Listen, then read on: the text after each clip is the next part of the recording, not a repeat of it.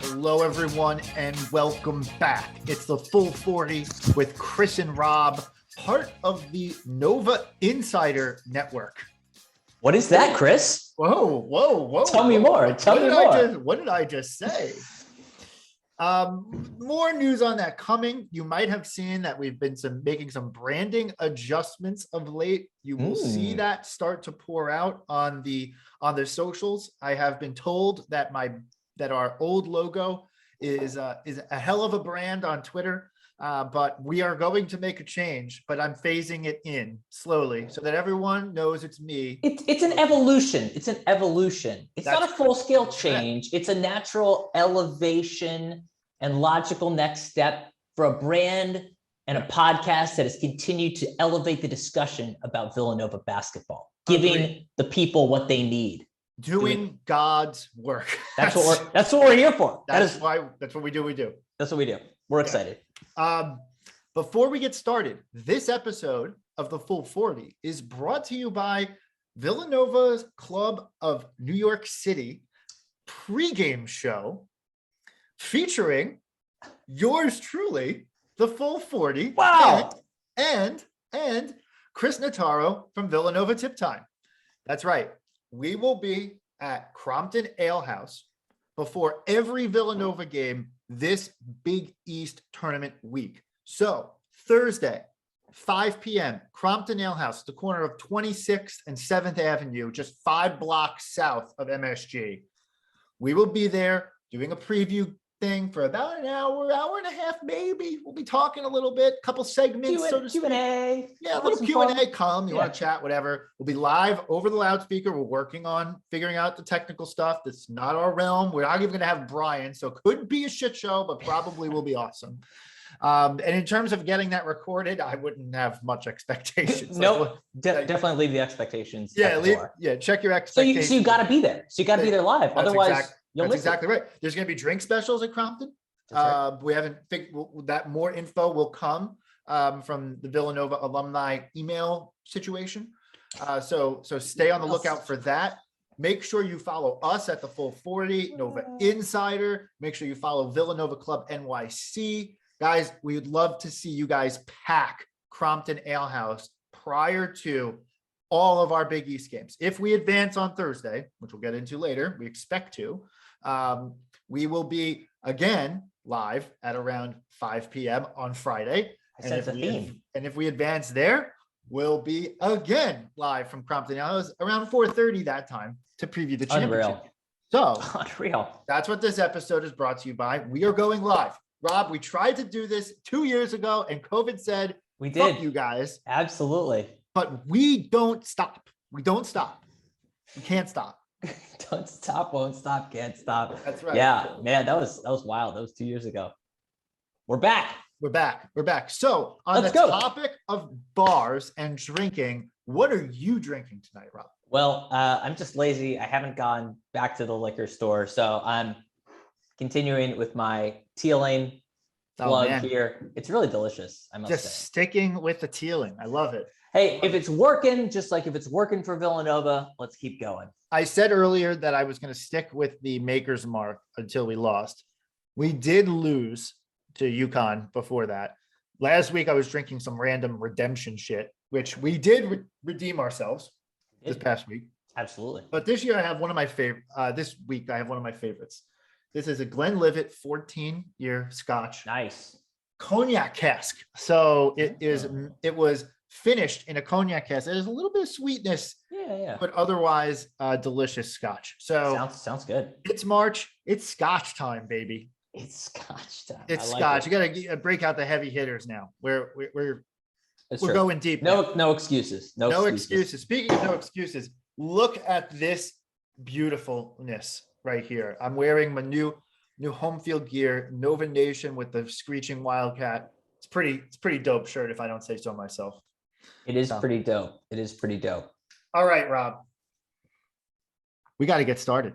We do have to get started here. And let's start off. Let's talk about the week. You actually got down to campus, which I'm super jealous of. Yep. You were down there with Brian to see arguably one of the biggest pavilion games in recent memory, because as we all know, Villanova obviously puts the big games, the big matchups at the Wells Fargo Center typically. Actually, this year we put the big matchups away at away games. Yeah, that's true. That's true. We just didn't even bother. It's fine. But yeah, like we used to put in Wells Fargo, and then I mean, realistically, like nobody expected Providence to be that good for what it's worth. Right. So this game ended up to be at the Pavilion, which is awesome. Like I love that we can pack a bunch of people into the Wells Fargo Center, but it's super cool to have the on-campus experience with a great team and a great atmosphere. So how was it? Was the Fin rocking as much as I guess it does rock? How often do you get a top 10 opponent at the Pavilion? Very rarely. And then how often do you get a big opponent at the Pavilion and it's also a break rate? Now that is a Villanova special right there. It really is. That totally is a thing that seems to only happen on Villanova's campus. Now, agreed to your point, but Providence got hit the schedule, was put at the Pavilion, etc. We're trying to play more games at the Pavilion this year because of the NCAA having the Philadelphia in the East region, blah, blah, blah. All that being said, I thought the fans availed themselves kind of well. I think, by the way, this is an interesting point. This is an interesting point. In the actual building itself, yeah, sounds a lot different than it does on television.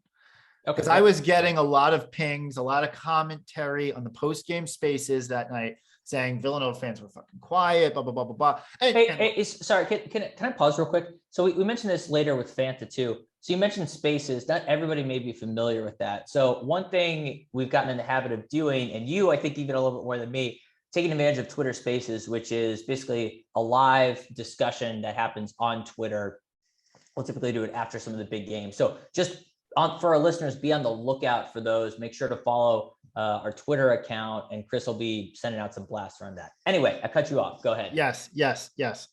Being that I will be in the Garden though this week, it might be a little bit lower on the Twitter Spaces count. So just be mindful of that. Anyway, sorry. Totes my goats. Yeah. So where was I? I was at, you get pings. Yeah. Yeah. On the post-game Twitter Spaces, people were like, oh, it sounded quiet in there, etc. And look, for the most part of the game, it was a little bit quieter than I would have liked, especially given the fact that the student section wasn't full of students because they're on break. But credit when credit's due to the students. I think the students stuck around a little bit more than was expected of them. So credit when credit's due. Couple shout outs to make there.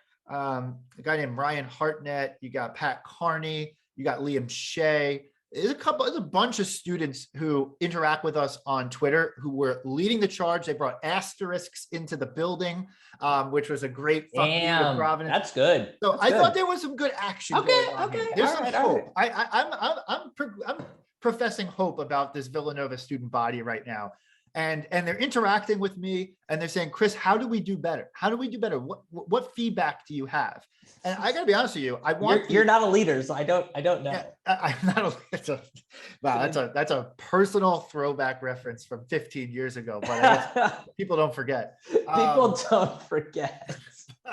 But anyway, people are reaching out to me, Chris, what do we do? You know who would be nice if they reached out to me? The Nation. Hello, reach out. We've been calling your ass out on our podcast. Putting on blast. Yeah.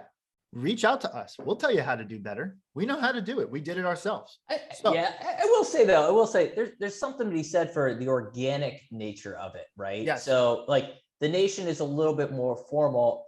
My advice for what it's worth is like, you're going to be most effective convincing your friends who are generally on the same wavelength as you anyway. Get them involved, get them committed. All it takes is a little bit of peer pressure.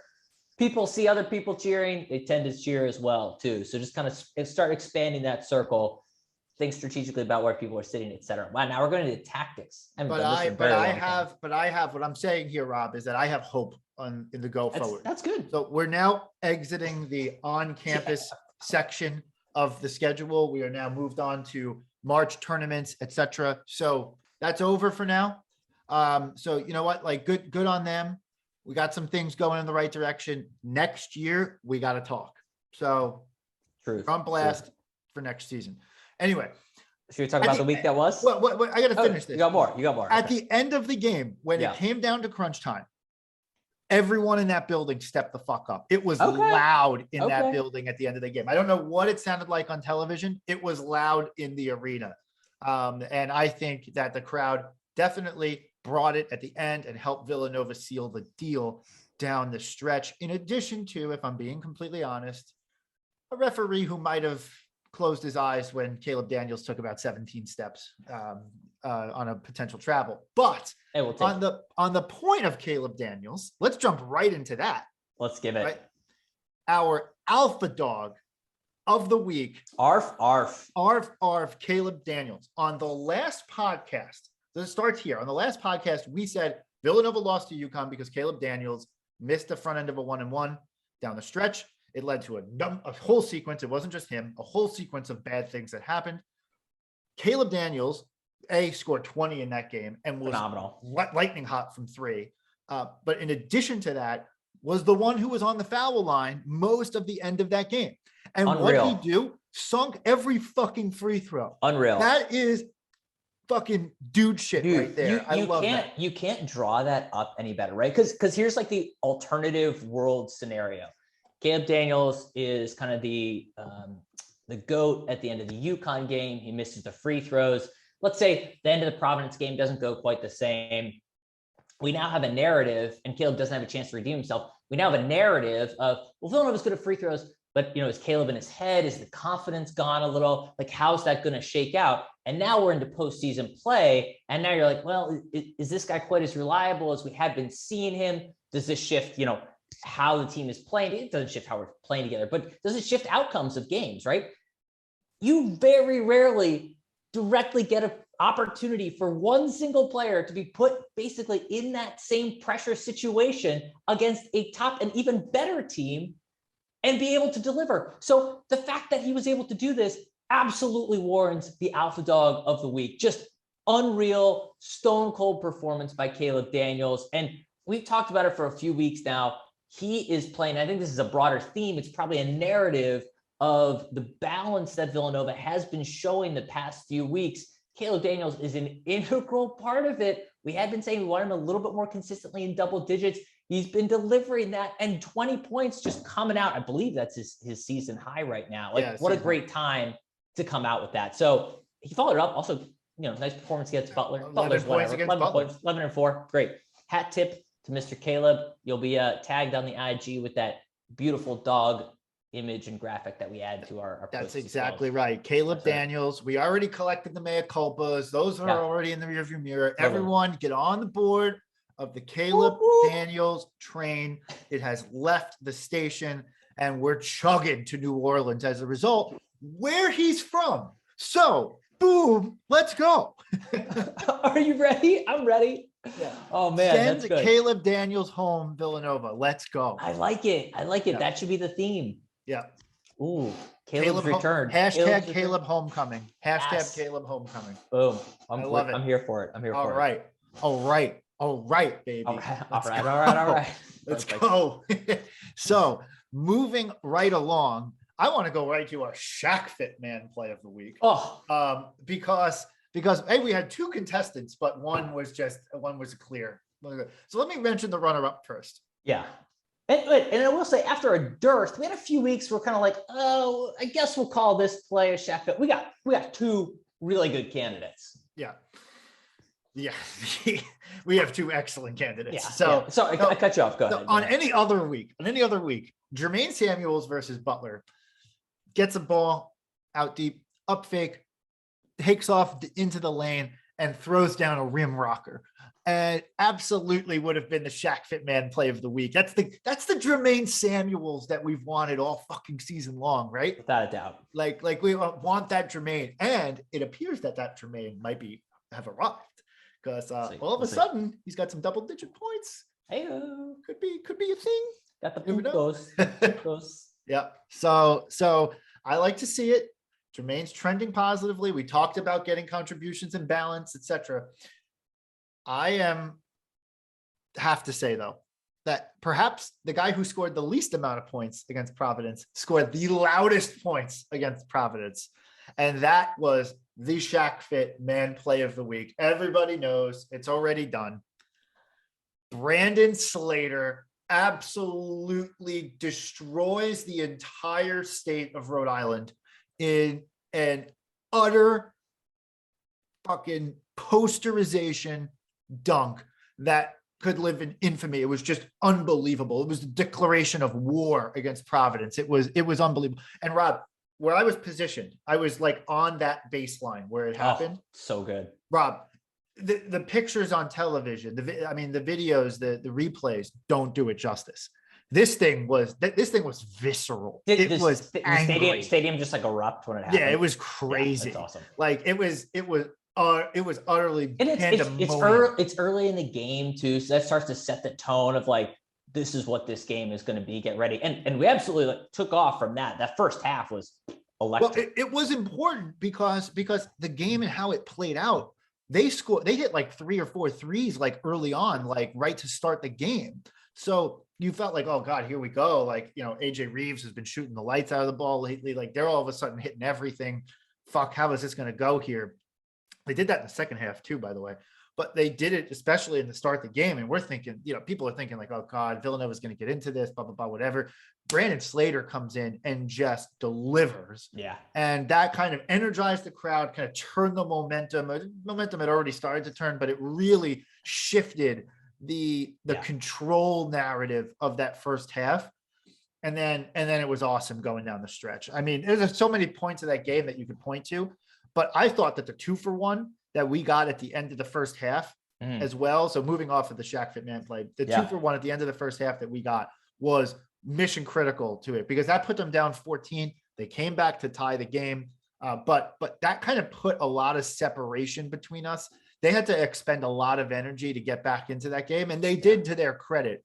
But we were able to stay steady because they had to fight so hard to get even back into it. Yeah, so awesome. I thought this game was great. One of the things that I did, and I might be calling this the pass the fucking ball award of the week, and might give it as like a team award.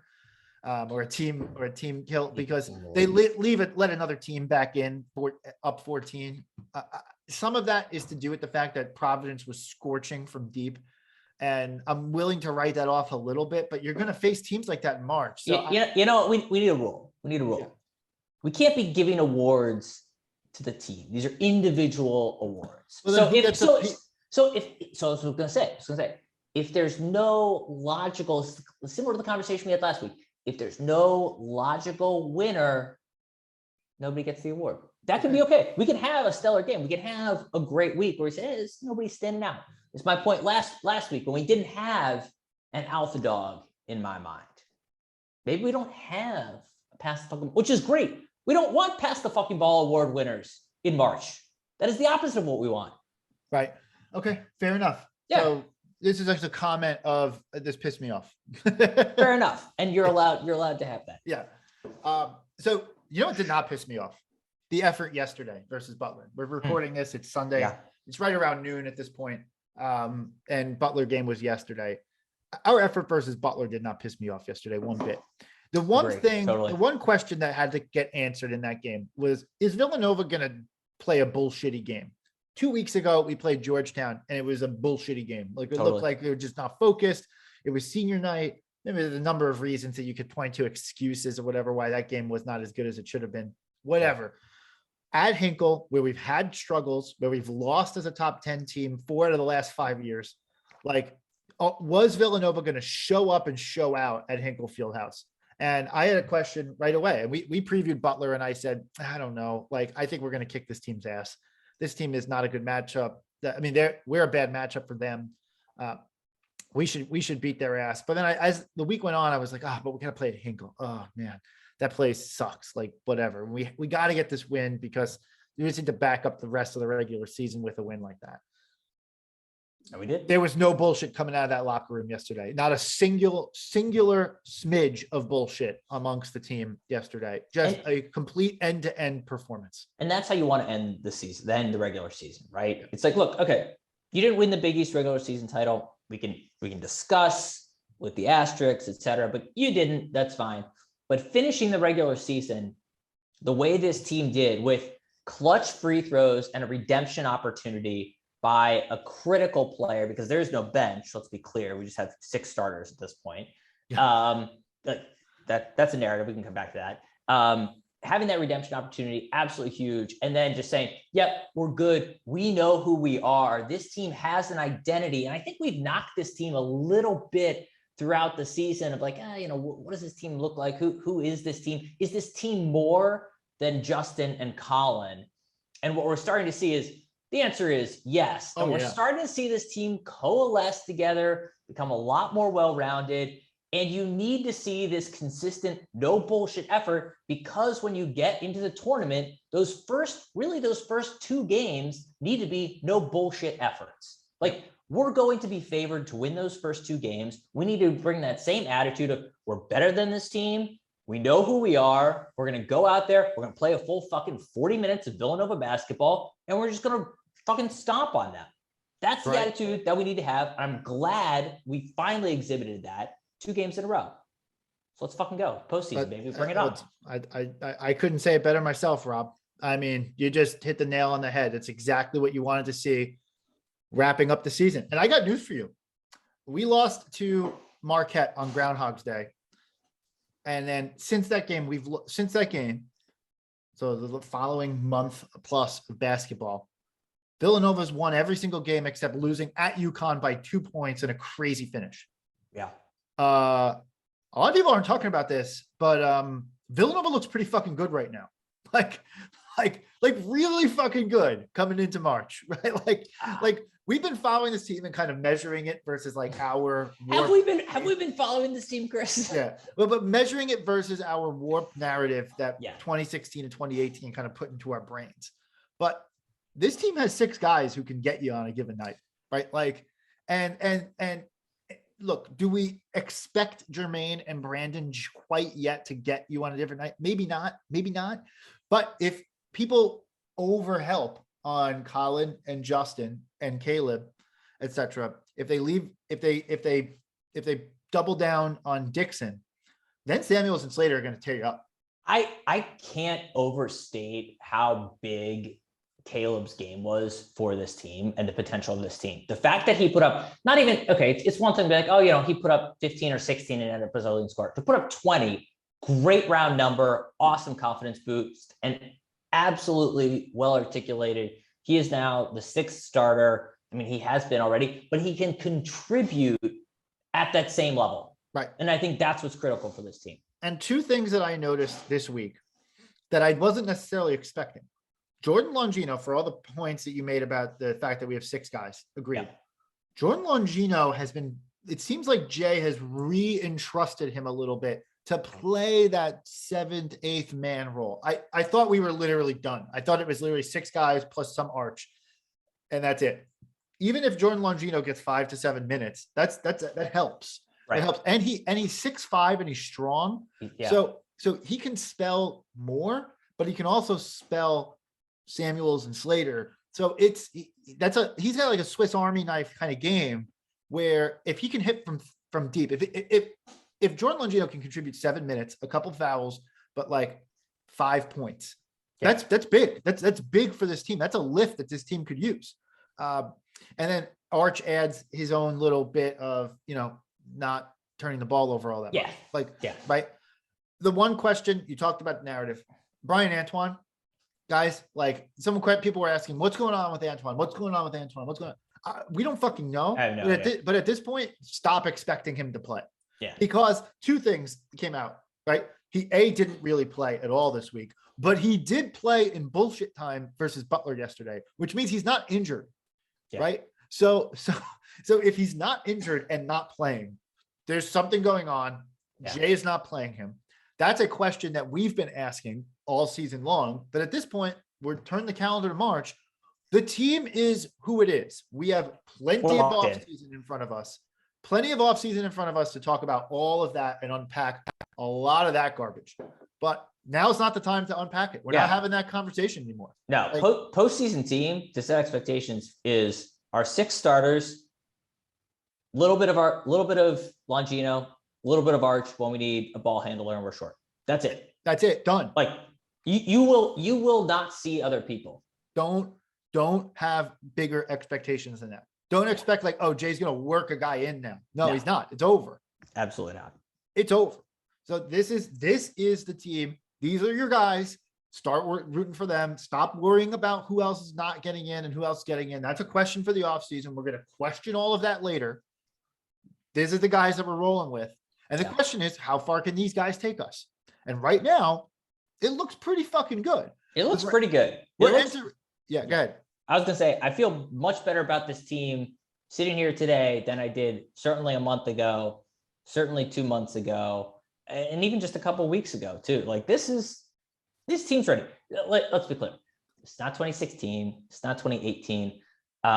Though the coalescing of this team is closer to 16, where we were, a 2 seed, than it was 2018, where it's like, this team coalesced, but like they fucking stomped on everybody all season.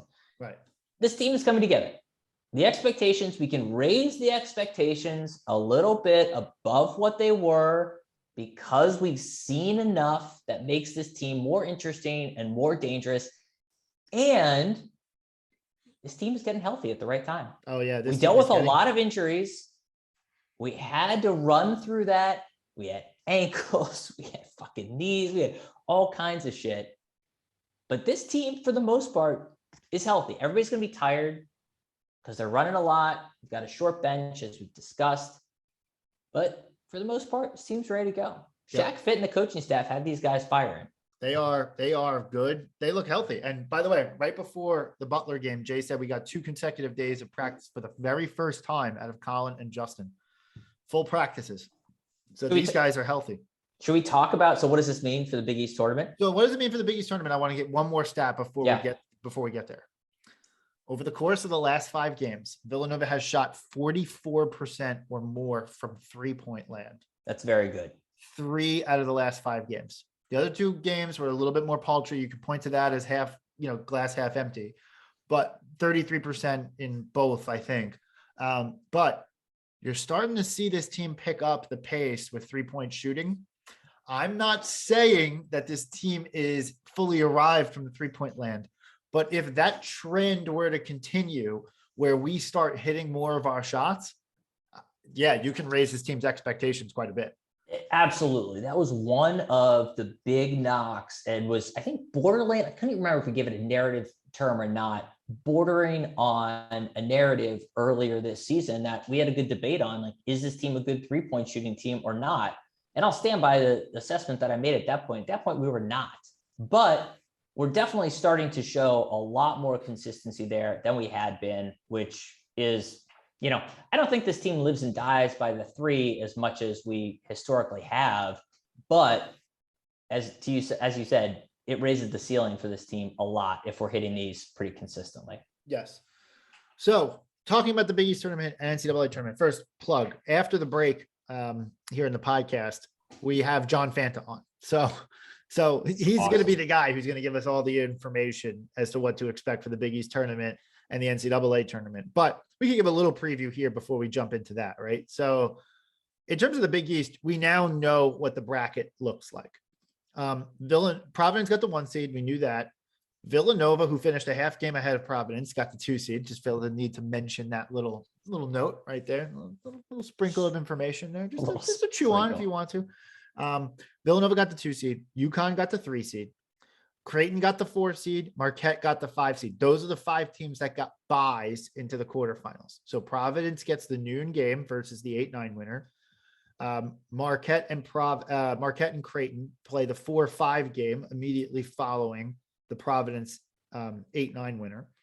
and then we play at 7 o'clock on Thursday night. We play the winner of DePaul and St. John's, and then UConn plays after us in the Thursday night session. And they will play the winner of Seton Hall and Georgetown. So they'll play Seton Hall. So yeah, I don't think there's any Patrick. I don't think there's any Patrick Ewing magic coming out after an 0-19 season, soon to be 0-20, when they play Seton Hall on fully defeated. Fully defeated, and full investment of confidence by the Georgetown brass in Patrick Ewing. It's a bold move. Move. But hey, there's nowhere to go but up, baby. Nowhere to go but up. We talk about lowering expectations, man. That fan base expectations, woo, damn, that's rough. Yeah, the problem is it's not even lower expectations anymore. It's just straight up indifference, and that kind of sucks. But anyway, so what are you looking at? Thursday night, our opponent is going to be DePaul or St. John's, right? Setting that up. Going to be DePaul or St. John's. So they are going to play a high-paced, like kind of heavy physical game, which is exactly kind of what you want your opponents to play right before you play you. That's sure.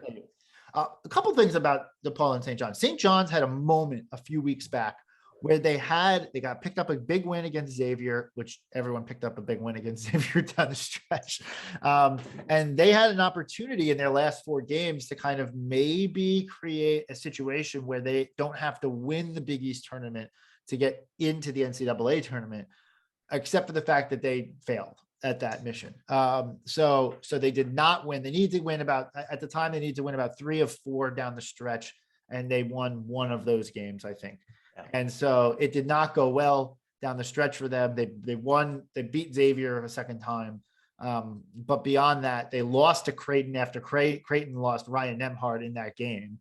They still lost that game. They're just kind of kudos to Creighton, but also just like a really bad performance by St. John's to not get that win. They played a shit game against Marquette yesterday. But they locked down the 7 seed only because Xavier has fallen off the wagon massively down the stretch and lost their way into the 8 seed. DePaul, on the other hand, is Travis Steele looking like Travis Aluminum, if I will. Oh, Jesus Christ.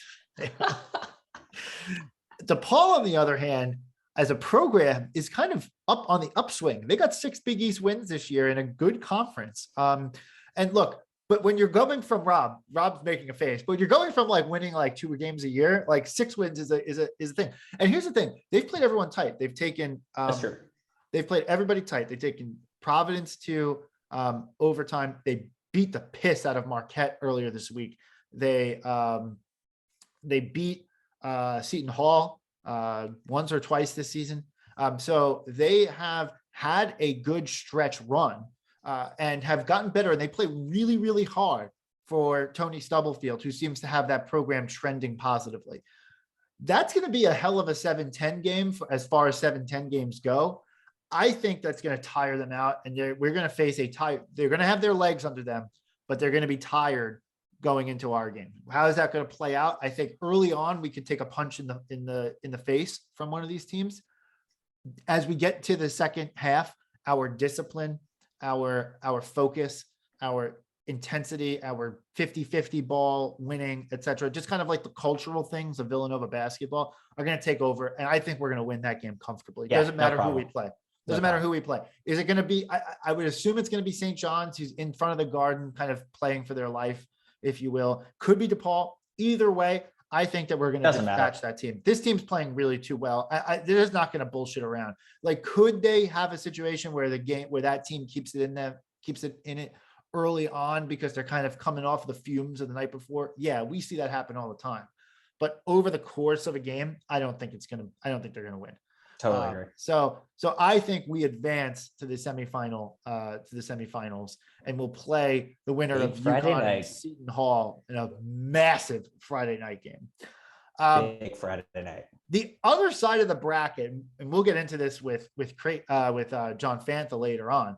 The other side of the bracket's interesting because that Thursday day game, which we don't like the Thursday day game, but Providence has a unique situation where they are playing nobody but Midwest teams, right? Like they get the winner of Xavier and oh my God, and Butler, right? So they get a Midwest team no matter what. Xavier struggled down the stretch. I think Xavier beats Butler, but they're going to get the winner of that game, right? And then they're going to have the winner of Marquette and Creighton. There's going to be no fans from the other teams there. Like it's not going to be. So Providence kind of has a situation where they might just absorb the Garden on Thursday. I think Providence ends up getting their win that they need to advance to Friday night. Sure. And that sets up a Friday night where you're looking at Providence, Marquette or Creighton, UConn or Seton Hall and Villanova.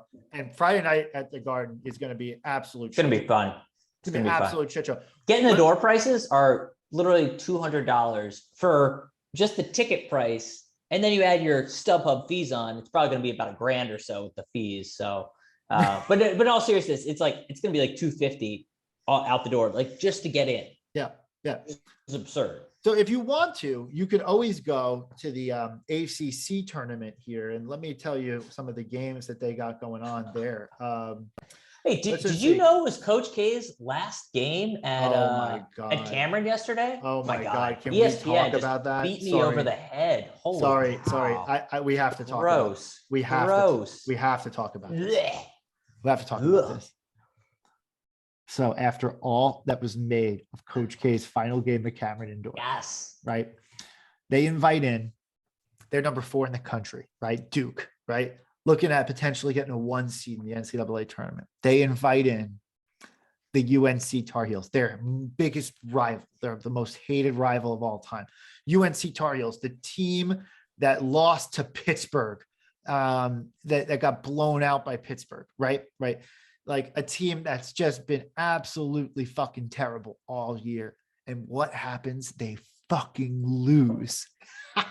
No, absolutely phenomenal. Absolutely phenomenal. Like you couldn't write it any better.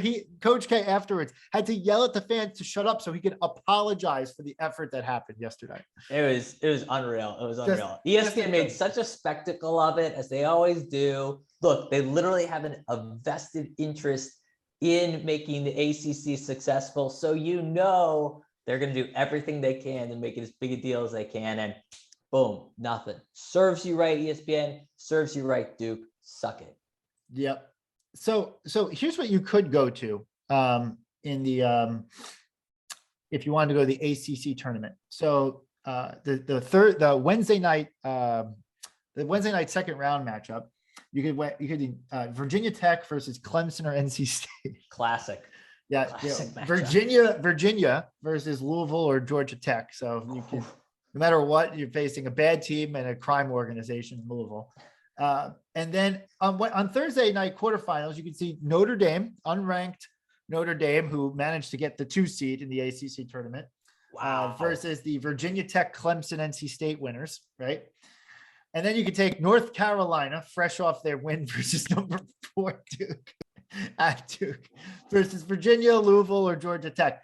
So that's what you got. You can see that. You can go there and you can spend about $50 to $100 and go to the ACC tournament instead. That is really, really captivating set of games that I want to go see. That is rank. Oh, by the way, Syracuse, they get to play. They get to play at noon on Wednesday.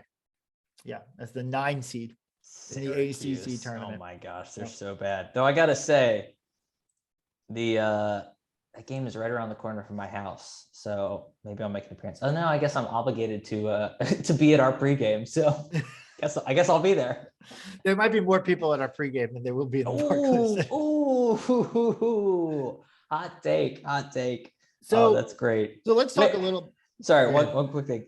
Wednesday, getting the door prices for the Florida State Syracuse Wake Forest game, starting at $6. Oh, let's go, baby. Let's go. You get a hot dog, it's more expensive. Amazing. It's oh so my good. God, that's fucking beautiful. That's really just good. Terrific. Wow. Guys, honestly, the beers, even though there will be specials, drink specials at Crompton Ale House. The beers will be more expensive than it would be to go to Syracuse. Phenomenal. Yes. How the mighty have fallen. Oh, so terrific. good. It's so good. Really it's good. So good. We got to talk one thing before we get into John's session. We got quickly hit on our seating Wait, what's our prediction? Who wins the tournament? Who wins the Big East tournament? We can't just gloss it over. Do we win it? Um, I'm going no. I think we win Thursday, we win Friday, and then we lose. We have some like weird loss on the on championship Saturday, game. on championship game, which would be kind of weird if it's not, like, if it plays out so we're not playing Providence.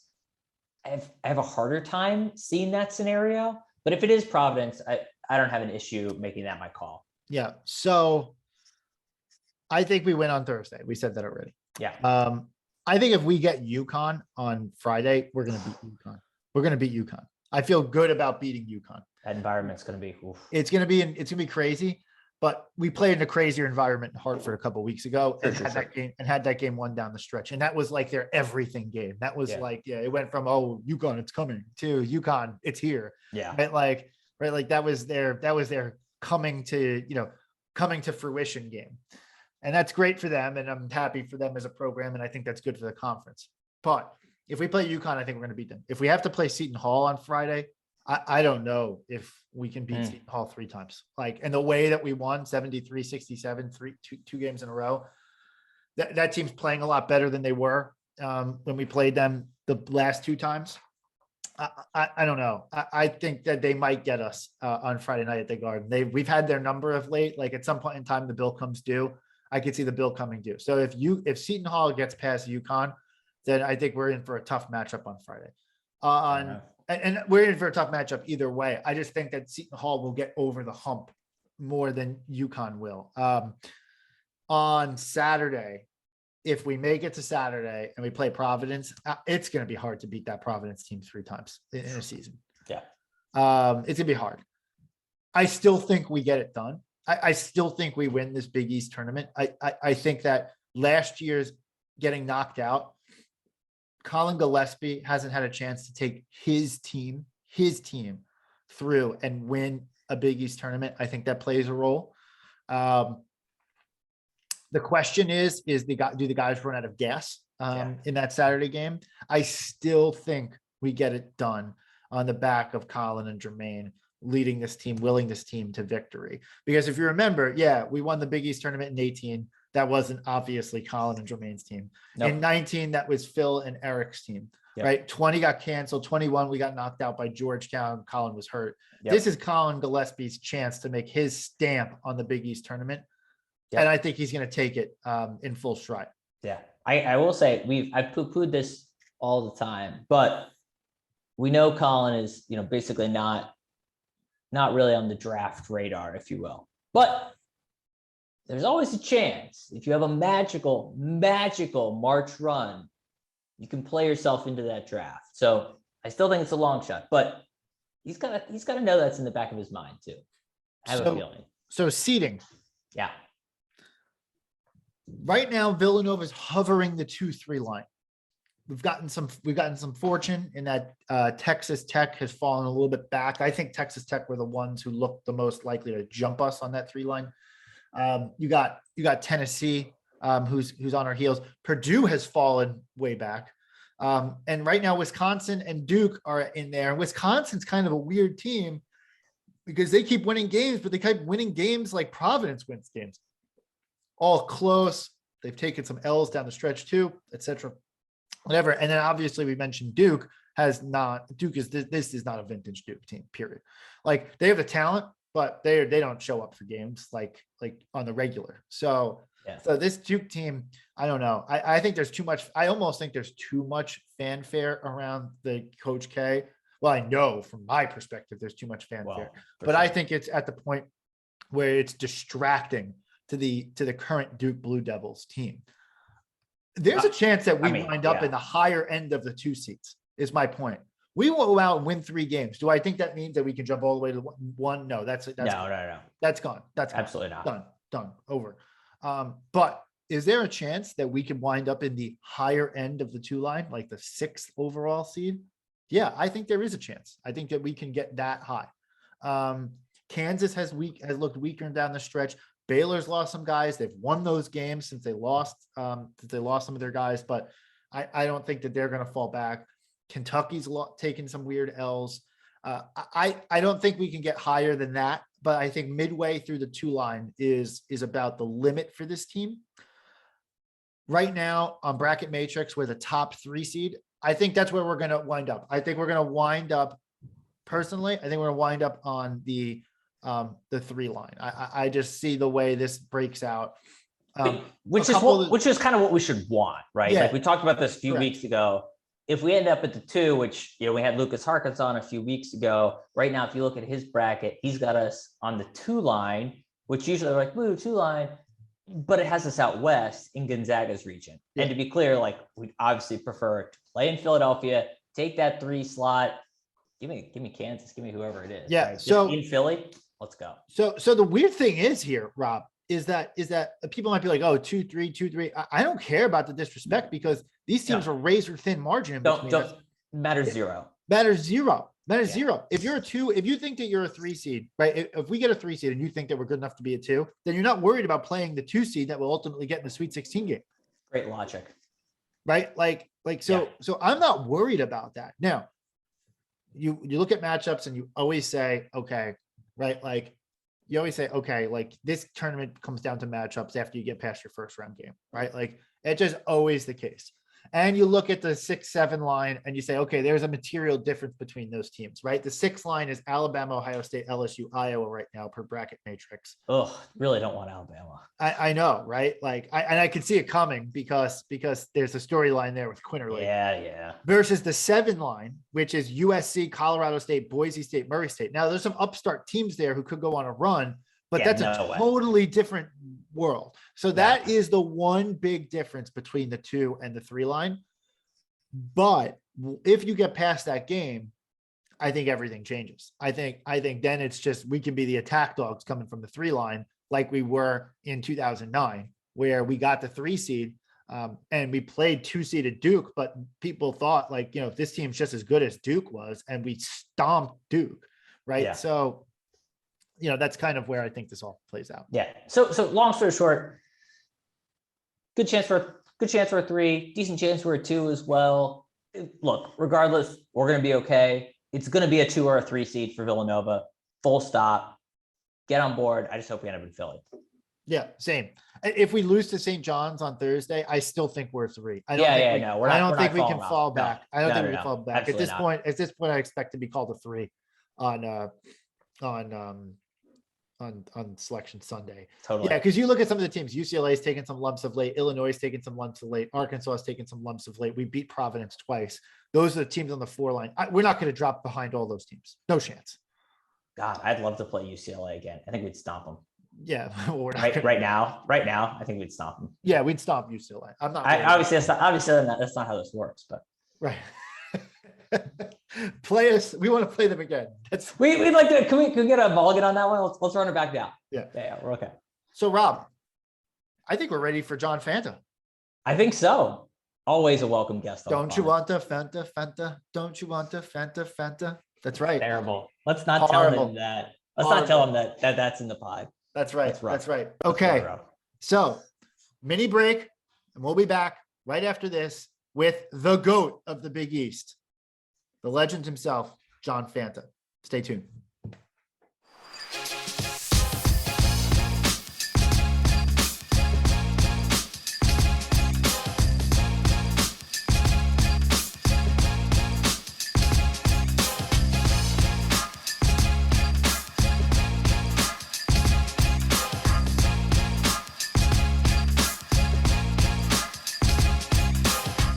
All right, everyone, welcome back. We have a special guest joining us once again on the podcast, John Fanta, the legend himself. Thank you, John, for coming on. Chris, Rob, it's always great to be with you guys, and it is the best week of the year for us. Big East tournament, Madison Square Garden, fans back in the building, a deep league. Let's buckle up. It's going to be fun. It's going to be a blast. And John, we have to thank you in front of our guests because John's made a special accommodation for us. He is covering the women's Big East tournament right now at Mohegan Sun, and he said, guys, I have 30 minutes. So we are squeezing John in, he's squeezing us in, and we're going to go pretty quick here through the questions. So thanks again, John, for coming on. Absolutely. Not a problem, guys. Not a problem at all. We go from the women's tournament to the men's tournament and basically back to back. And that's what this time of year is about. Women's tournament has provided some entertainment value with Villanova now in the semifinals, meeting Seton Hall. One wonders if we might get that twice. That's right. That's right. And so on that note, John, I have to ask you this question.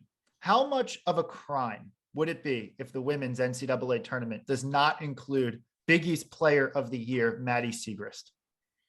It would be an absolute crime if the NCAA tournament does not include Maddie Siegrist and Villanova. And the reason for that is that Villanova is 19-4 with Maddie Siegrist. 19-4. Right. And they are 3-3 without her. 3-3 without her. She was hurt early in the season, so that altered them early on. She is as important of a player to any team as there is in America. And I think that what we've seen is the supporting cast has been able to really grow as well. Lior Garzon, Lucy Olson, for those who don't know, two players that have continually gotten better. Brianna Herlihy might be a name more familiar to folks. She's just continually been good throughout her career. I think that they're a team that their net ranking is what's wrong with the net, because the net doesn't fully account for some of the things going on there. And I do think this, and I do want to make this clear. I don't know if the net is the best way for women's basketball to go about their evaluating. And I say that because the sport is much more stylistic than the men's side. Right. So Villanova, on the women's side, if you followed Harry Peretta at all, you know that a 6-point lead for Harry Peretta felt like a 15-point lead for anybody else. That's just how they play. Yeah. Right. That's how they play. And that they don't hold that to account. They're not thinking that. And so their net has been outside the top 70. They have a win over DePaul. They have a win over Creighton. They have a win at UConn. Who else wins at UConn? No one wins at UConn. Nobody wins at UConn. You won at UConn. You're in. You should be in the NCAA tournament. It should be an auto qualifier for sure. If you beat UConn, it's an auto qualifier. Yeah, I like that. Wildcats deserve to dance, plain and simple. Yeah. Perfect. Awesome. Well, I look, Villanova has a way. If they beat UConn and Connecticut again, I assume that'll be their finals matchup if they make it that far. I think they're in though. You think they're gonna be in either way? They're gonna make it. Yep. I've been reading these bracketologies and they're like first four out, but I'm like, what else does Maddie Siegrist have to do here? And Denise Dillon have to do to get into this tournament? But right. They've been awesome down the stretch, and it's been fun to watch. Yes. And Maddie might be the pound for pound. Might be a hot take. Pound for pound best basketball player at Villanova's campus. Wow. She might be. Hot takes. She may be. I look, she's the Big East Player of the Year, and she's going to be an All-American. So she's right there, and her game is so versatile. Yeah. You know, she's a forward, but she creates for others. It's really, really special. Yeah.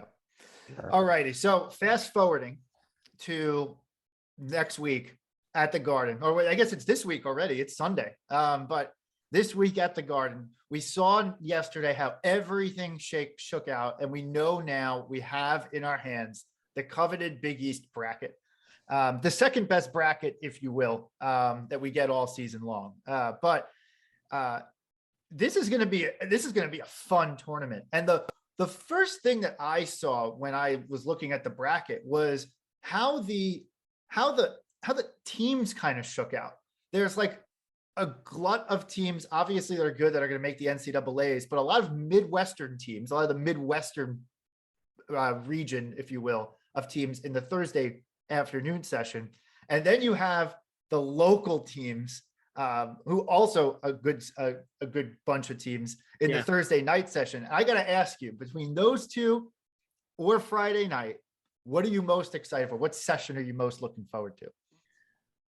Well, I think that semifinal Friday at the Big East tournament is unlike anything that you really see all year, because you get down to the last four. It's a doubleheader at the Garden. It's prime time.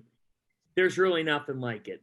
And I look at this bracket this year and I say to myself, okay, so you're telling me that the potential is there on Friday night for potentially a Providence Marquette showdown. Obviously, the two meetings in the regular season were very different, but the most recent one was an outstanding game in Providence. Okay, then the nightcap is either it's going to be UConn or Seton Hall and Villanova. And I just think that is incredible. I mean, that is incredible. Like, I think that is going to be a fantastic semifinal Friday doubleheader. And I look at that and I say, wow. I mean, wow. Like that is big boy basketball. So I'm going to go with the semifinal Friday because I think as the tournament gets deeper, it gets better. I know that quarterfinal Thursday night could be excellent, especially if we get a Villanova St. John's game, just because anything can happen at the Garden. But I'm going to go with Friday night, guys, because I just think it's going to be really, really special, because I think if you get Villanova UConn, you have two teams that could make a Sweet 16. And if you get Villanova Seton Hall, it's a renewal of that rivalry, which has delivered the goods every time. And right now, Seton Hall's won 8 of their last 10 games, which has been pretty impressive considering they've been a general hospital at times with the injury front. So this has been a crazy final stretch for a couple of teams. And so I will go with semifinal Friday. I was really hoping Seton Hall was going to end up in the top half of the bracket, so we could get that kind of all local-ish team Friday night semifinal. It would have been, I mean, the Garden's going to be buzzing regardless, but it just would have been, I don't know, it would have just felt like such a classic Big East Friday night matchup. If we could have had all Northeast teams, oh man, because I have to imagine Seton Hall fans obviously they're going to show out for it. UConn fans are going to show out for it. Providence fans, they've got to take advantage of this year, right? And Nova fans, are going to kind of show up like we kind of always do. Nova fans show up. They show up. They don't cheer. That's true. Yeah. I mean, look, hey, they'll be there and they'll be bringing it. They'll be bringing the energy. Look, Villanova fans are a certain kind, just like every other fan base is a certain kind. So, look, is it wine and cheese? Okay, maybe they like their wine and cheese, but you still can cheer, and they do, and they've made the Garden their atmosphere. And I think Villanova UConn will be a fascinating experiment on fan bases. Villanova fans will have to bring it. They're going to have to bring their A game that night. They're going to have to bring it. And the weird interplay there is, if we get the semifinal Friday that I think we all want, is Providence, UConn, and Villanova. It's going to be very interesting to see the interplay there between the UConn and the Providence fans. And John, you've hosted spaces. I've hosted spaces. It seems like every time I host a Villanova space, I have a UConn Providence argument breaking out in my space. Yeah. Oh, of course. Every space, they have to give it to one another. And I don't know. They both claim that they don't live in each other's head, but that's just simply not true. It's so not true. That's simply not true. And I got to tell you right now, like, here's the thing. Be happy. Like, apparently you can't be happy for just your own success and let that ride. I mean, look, I get the Providence stuff. I'll tell you what, if any fan base should be upset at Providence, it's Villanova. Villanova won 2 games over Providence, and it's sitting here thinking, hey, if you had played out your whole schedule, maybe we win the Big East. No, we would never say that, John. Come on. John, we finished half a game ahead of the Providence Friars in the standings. If you look at it that way, that's not how the Big East looks at it. That's fine. Providence won the games that were in front of them. They took DePaul into overtime. They had a couple other things that happened. It was an interesting season. But they won the games. They won the games. Here's the thing. So, and not to go off the topic, I know you guys haven't asked the question, but I do think that Villanova's been able to unlayer some different parts of who they are over the last month offensively, finding more balance, getting Jermaine Samuels and Brandon Slater involved a little bit more, seeing some consistency with shot making. I don't know if it'll translate to the degree you'd like to see it in the postseason, but a little over a month ago, I was sitting here thinking, oh man, on the offensive end of the floor, if they don't get this from Gillespie and this from Moore, they're in a tough time. But I like what I'm seeing here. I think this team has gotten better. Yep. We were literally saying the same thing before this call. And it's funny, you said we didn't ask the question. We were literally going to tee up the question and say, so how have the expectations changed, the postseason expectations changed for Villanova since things do seem to be clicking a little bit more? Yeah. Really, really much so. I mean, I do think that the expectations change. And when I say that, here's where I sit on this.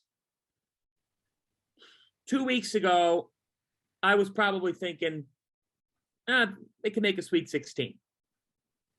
If they get balance, and I think that this team, in the metrics, they took a bit of a dip. I'd have to check again where they are in defense. But they've been a team that I think defends better than maybe they get discussed because of their style. They have to defend. They have to play defense. And they limit possessions, but that's okay. It's a good thing. What it does is it creates frustrations for an opponent. I think now, I thought previously second weekend. Now my expectation is, in a world where the top 6 teams lost last weekend, in a world where like I'm watching other top teams and I'm like, okay, they're a little bit vulnerable. Like, or I see some things. I say now, why not? Yeah. Why can't Villanova be in a regional final in the Elite Eight? Tell me why. I don't have a good reason for you, John. I'm sitting here thinking the same thing as you are. At this point, yeah. So let's see what happens. Yeah. And that's all you could say is you got a shot in the dance. And if Villanova goes out and wins the Big East tournament, then I think we're talking about the 2 line. Right. And if they're on the 2 line, they're not losing to a 15. They're not losing to a 7 or 10. If you look at those lines, you're not gonna, those seed lines on the bracketology. I just don't see it. Yeah. Tom Gillespie and Justin Moore aren't losing to a 7 or a 10. No, they're not. So then you get to the point of a 3 or 6. I mean, then we'll see. Roll the balls out. Let's see what happens. But look, it's doable. It's doable. Totally. All right, should we go back to the Big East? Yeah, let's go back to the Big East. So speaking of a little bit of that NCAA mix, but bringing in the Big East, Xavier is a team that struggled down the stretch quite a bit. They appear, in my eyes, to be the only team that's a question mark in terms of bubble thing. When Creighton beat UConn on Wednesday, I think Creighton has to be in the field, period. That's a tournament team. They've beaten Villanova. They've beaten UConn like twice. They beat UConn. Like, I'm sorry, that Creighton's a tournament team. Yes. I can't envision a situation where they're literally on the bubble. But Xavier fell way back down the stretch. They had an opportunity yesterday. They got right in a lot of ways versus Georgetown. Now, Xavier is such an interesting team because on paper, you look at them and say, how does this team not Sweet 16 second weekend capable? And yet they haven't been able to put it together the whole second half of the season. But if they can get past Butler on Wednesday, they have an opportunity of a lifetime to cement their bid by beating Providence. Right. And Xavier, they're 2 of their best performances over the course of the last month or so have been versus Providence. Yes. It's a matchup that has worked to their favor. You know, I'm looking at this team. I mean, Paul Scruggs has got to get going. Right. I don't know what's going on, but he's in single digits in 4 of his last 5 games. He has not shot the basketball well. If you look at his last 3 games, Paul Scruggs is shooting 10 for 26. Oof. Not good enough. Not good. So here's the thing. I don't know what's going on with this team. To me, they're a team that relies a lot on Nate Johnson's ability to hit perimeter shots. And that's a good thing, but it's also a bad thing because if he's not hitting perimeter shots, what are you going to do? Right. I haven't the slightest idea what happened to Zach Fremantle. One game he looks outstanding. The next, I don't even know what happened. It's weird. It's a very weirdly inconsistent team. Yeah. It's a team that's too talented to be 18-12. So I can't figure them out. Could they go on a run? Of course. I mean, they're certainly talented enough. It's funny, like when Chris Mack made his Elite Eight run, they were in 11. Right. They barely made it. Wild. And if I remember correctly, they beat Florida State in the first round and then kept rolling from there. So look, I look at this team. Jack Nungy's been a godsend. He's a matchup problem. Yep. Nungy is a matchup problem. If they didn't have Nungy, whoa, I mean, he has Big Ten experience. He's been just measured in his approach. Real good player. But I don't know. I mean, their bench hasn't given them enough. Right. And Fremantle's been off this year. So I'm not buying Xavier. I'm just not, because I just don't like what I've seen overall. And you should beat Georgetown. Right. You should beat Georgetown. So what do you think they have to do? Is beating Butler enough, or do they? Yeah, if they beat Butler on a neutral, they're in. Okay. Yep. As long, because if you lose to Providence on a neutral court, what's the harm there? So you're telling me that if they were in, you had them in, which is what people are going to have, that they're going to have them in.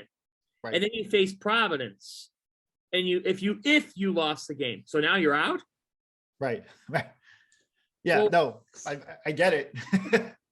Well, how is that? You know what I mean? Like, I always think of this on the bubble side of things. It's kind of like being in the mafia. It's really hard to get in, but once you're in, you're in. I like it. It's also really hard to get out, because you know what happens when you're kicked out? You're eventually going to get shot and killed. Right. Yeah, that's right, Josh. Right. Oh my gosh. So that's a team that's kind of on the back end, so to speak. I know we've talked about St. John's in the context of they need to make a run to the Big E. They need to win the whole thing to get there. That's it, pure and simple. They did not. They had a chance maybe down the stretch, but gave away a couple games that they absolutely needed and didn't get. But talking about the top end, Villanova, Providence, UConn. Yep. Big East needs those teams. I know we talked about Villanova's seeding. I think Villanova's pretty locked in at a 3. I don't think, after Texas Tech took a tumble late, I don't think Villanova's going to fall back from the 3 line. Right. But Providence is currently a 4. I don't think they've moved off of that spot since the selection preview show. And UConn, I think bracket people have them at like a 5-ish. What can they do? What can they do to get to, short of winning the Big East tournament? Do they need to win 2 games to move up a seed line, or do you don't think they can even move up a seed line? Oh, it's hard. It depends on the fashion in which they win and what else happens around the country. Right. It really does. So I had this theory probably 5 years ago where I was thinking to myself, yeah, if they win the tournament this week, they're going to move up a seed line or 2. Well, time has shown that that's just not the case. Right. The committee, I have a theory, and that is that Wednesday, when the Big East tournament tips off, the committee knows their field. They might have 2 or 3 teams that they are thinking about axing, and they might move a team a seed line. Right. I do not think you're moving 2 seed lines over the course of a conference tournament. I just don't. Yeah, I just don't think that. And so I look at it. I think if Villanova wins the Big East tournament, that they are deserving of a 2 seed. Right. I think if Providence wins the Big East tournament, that they are deserving of moving up to the 3 line. Yep. Now, they have not moved at all. No. So if they win the Big East tournament and they won the Big East regular season, I know their metrics are their metrics, but at that point, they would be 27-4. It's a good record. Do you not have a team like that on the 3 line? 1 line? Well, Yeah, right. Yeah, you'd be considering them for the 1 line. Right. Now that's not going to happen. But I think I think at the worst a 3. I mean, they deserve to be a 3. UConn maybe can get up to a 4. UConn losing to Creighton again does not help them. I think UConn will probably be a 5. If they win the Big East tournament, okay, we'll move them to a 4. But I think Connecticut's pretty stable in the 5 spot. And so what can they do in the NCAAs? They're going to have to look. Everybody's susceptible on the first Thursday and Friday. It's what makes the first Thursday and Friday the first Thursday and Friday. Right. So at the very least, you got to win that game. And the goal needs to be to get all 3 of those teams the second weekend. Yeah. They're all capable of it. I don't know if that's going to happen. I just get a sense right now watching teams play, like, I think we might get a second weekend team from somebody not named those 3. I agree. Just by virtue of a dark horse emerging. Yeah. You know, I think there's a couple teams that still could put a run together.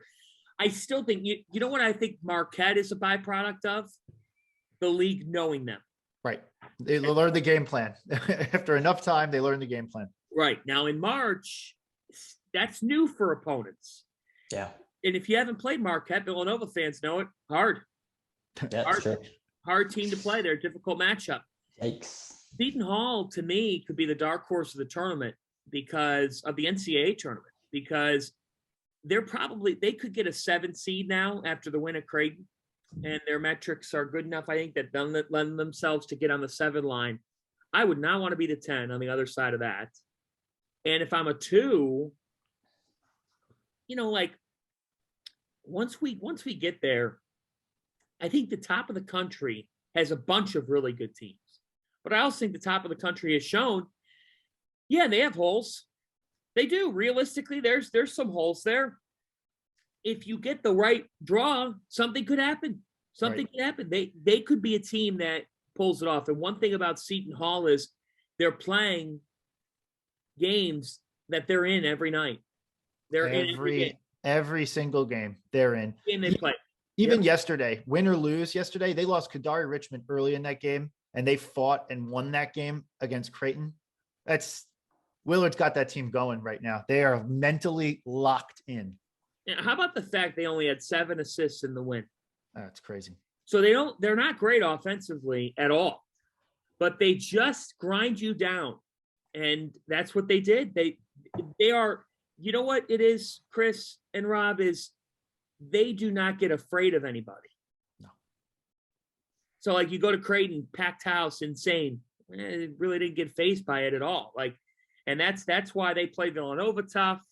I mean, one of the best games of the regular season that probably doesn't get discussed enough was the Villanova Seton Hall game at Wells Fargo. That was a terrific game and a great win for Villanova. I thought Villanova really showed their cojones down the stretch in that win. Yeah. And Villanova's had a couple of those moments here over the last month. And I think that this team is ready. I think that the Wildcats are ready to make a deep run. So, John, before we let you go, who's winning the Big East tournament? Yeah, I'll get asked this question probably 12 times. How many different answers will you have? By the time, I'll probably have 2 or 3 different answers. Okay. I think Villanova is going to win the Big East tournament. Okay. You know, I think it's going to be a Providence Villanova final. I don't think we'll see something insane in terms of a lower seed winning a shocker. I just think that Villanova is playing too well right now. I like their draw. I know that they could end up drawing UConn. I don't know if I'm ready to buy UConn to that degree in the semifinals against Villanova. Winning a revenge game versus Villanova would be tough. Like it would be. I actually think Hall, for that reason, might be a tougher matchup for Villanova in that game. Bingo. Yeah. Although I don't know if the Hall can beat UConn, I'm not sure about that. But I'm going with Villanova on this. I think that they're playing the best basketball at the end of the day in this league. I know that could change. I think Providence has the best draw.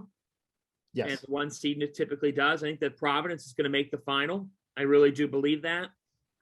And maybe Providence wins it. Maybe they do, but I will lean with the Wildcats. All right, we'll take it. I love it. When you go on the Providence podcast, I won't be surprised to hear you pick Providence there. But that's okay. It's genuinely one of those things where it's hard to pick. Yeah. It's hard to pick. I don't love picking.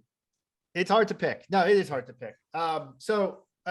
Rob, do we have anything else to cover? No, I think we hit the highlights for sure, John. Thank you so much for your time, for squeezing us in. I know you're kind of back to back all day, so really appreciate it. Thank you, Chris and Rob. Always great to join you guys. Happy March. Yeah, same to you. See you at the Garden. Thanks, guys. Talk to you later.